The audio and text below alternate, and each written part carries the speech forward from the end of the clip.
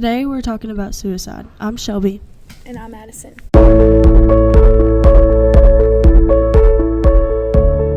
Nearly 800,000 people die by suicide every year. That is one death every 40 seconds. So Shelby, why do you think people commit suicide? I think that the main reason is because of the trauma that they've experienced throughout their whole life. And even for the younger ones, I think they went through a lot of trauma. I agree. A lot of people will try to escape their trauma by committing suicide, which obviously is not the best resort, but some people believe that it is. Did you know that September is actually Suicide Prevention Month? If you don't know the exact definition of suicide prevention, it is suicide prevention is a collection of efforts to reduce the risk of suicide. Most people who commit have dealt with sexual assault, abuse, and bullying at some point in time in their life. Men are 4 times more likely to die by suicide than women. Suicide is the 10th biggest cause of death worldwide.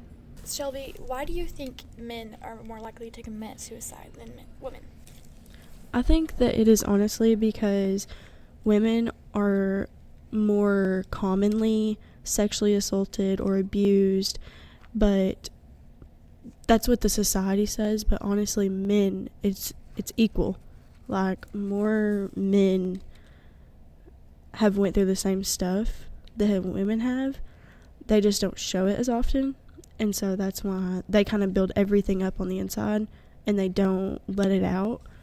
I also think that it's because men don't think that they can show their emotions as often as women can, because they have to be the strong big guy when they're really not. Like, a lot of men do break down, they just don't show it in front of anybody, and they just do it on their own time, which often leads to suicide. I agree. So Addison, have you ever known somebody that has tried to commit or has committed or has been on the path to commit? Okay, so my uncle, he used to be a drug addict, and a lot of the times he would call my mom, after he would use, and act like he was about to commit suicide and that he had no escape and stuff like that. And I feel the reason why he even did drugs and why he, even thought about committing suicide was because my grandpa, which is his dad, died when he was 16. So he had been through a lot of trauma and basically lost his best friend. And I feel like he kind of started acting up, and then that's why he ended up using, was because he wanted an escape. And then he never has committed suicide, but he has said that he wanted to, just I feel also as an escape. And because obviously drugs do a lot to your mind, but there is some realness to it, and I'm glad that now he's better, but I still feel like he needs to talk to somebody, but he just doesn't think that he does, but I most definitely believe that he does.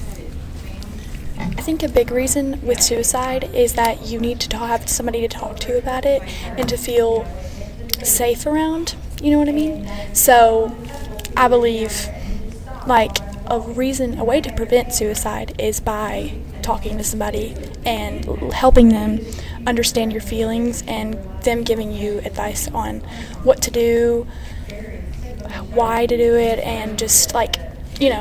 How to prevent it. Yeah. Mm-hmm. And also just somebody you trust. Yeah.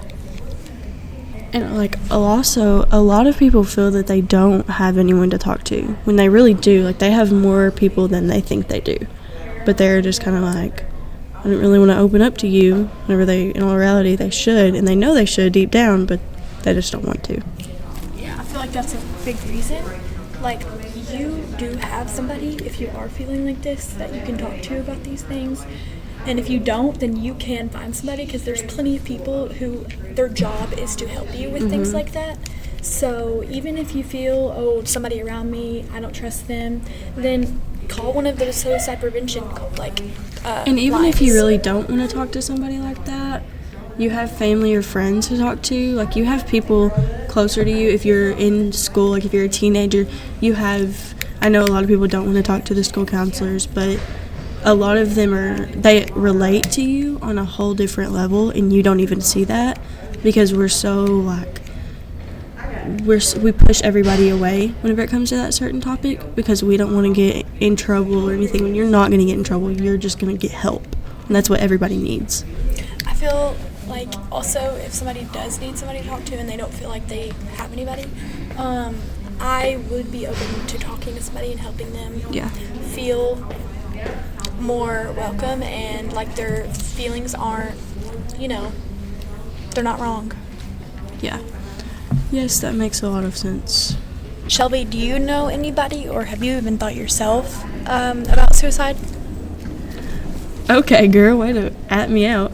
No, I have a very, very close best friend that I have had to go to her house in the middle of the night multiple times because she will have just breakdowns, and there's just nothing that anybody can really do. Like, it's just one of those things. So, she actually would go to our school counselor and talk to her, and I have actually had to go talk to her multiple times. And I think that a lot of the reason, that everything kind of builds up is that if you have, a relationship problem or something and you're just too tired to go through it all, you just want to end it. And it makes sense to, but in the long run, it doesn't. But for you to think of it right now, it's an easy fix. It's a very easy fix that anybody can do.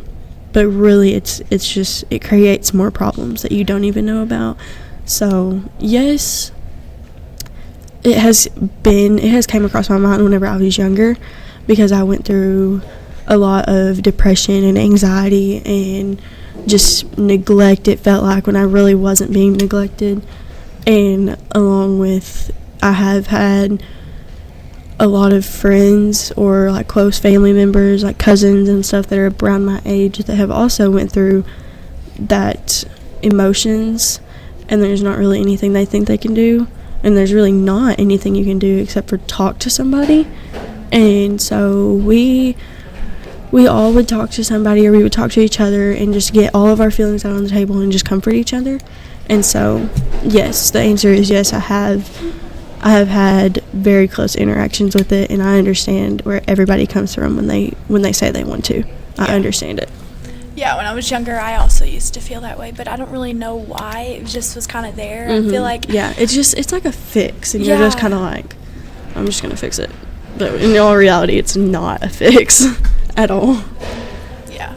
It was hard at first, but I learned that I'm not alone, and I do have people that care about me. Yeah. A lot. Yeah. And most people who are behind and listening to this, you do have somebody. Even if you don't think you do, trust me, one person at least does love you, and they do care for you. Yes, I agree 100%. I think that the main reason that I finally came over that stage of going through the anxiety and the depression and the self-harming and all of that is because I realized that I do actually have a lot of people that care, and I'm terrified to leave those people behind in this world with me. If I hurt myself, then I'm going to hurt them worse, and I cannot stand hurting people. So it's just one of those things that you have so many people around you that actually do care and understand. Even if you think you don't, you do have people that understand you. Some people also might seek therapy. Me personally, I do struggle with anxiety, so a lot of the times I do have to talk to a therapist, and I have since I would say 6th grade. And it's all because of the fact that when I have anxiety and I do have mental breakdowns, I need a way to calm, because I feel that there's no way to calm, which a lot of that does go with suicide, because a lot of people feel like they have no escape, and I feel like I have no way to stop feeling the way that I feel. Agreed. So talking to my therapist does help, do that and ease the pain, yeah, and also ease the anxiety. She calms me down because she uses a step that's called the butterfly effect, where basically you use both of the sides of your mind. I don't really know how to explain it that well because she explains it. I don't really understand. I'm not a psychiatrist or whatever they're called, so I don't really know, but she does it and it helps. So if you do need to talk to somebody, that will help. Okay, that's a wrap on today's episode. Thank you all for listening. If you still are, make sure that you do follow our socials, and also if you do feel like you want to commit suicide, make sure you please, if you feel like you don't have anybody, please find a way to contact a hotline. Or us. You can or DM us on Instagram. Yes, we could help anybody. got you. We have plenty of resources, and we will link those down below. So thanks to Alicia behind the scenes. She doesn't like talking because she is kind of shy, but she is going to be our editor, and she helps a whole lot, so thank you to her too, even though she's not talking. All right, bye.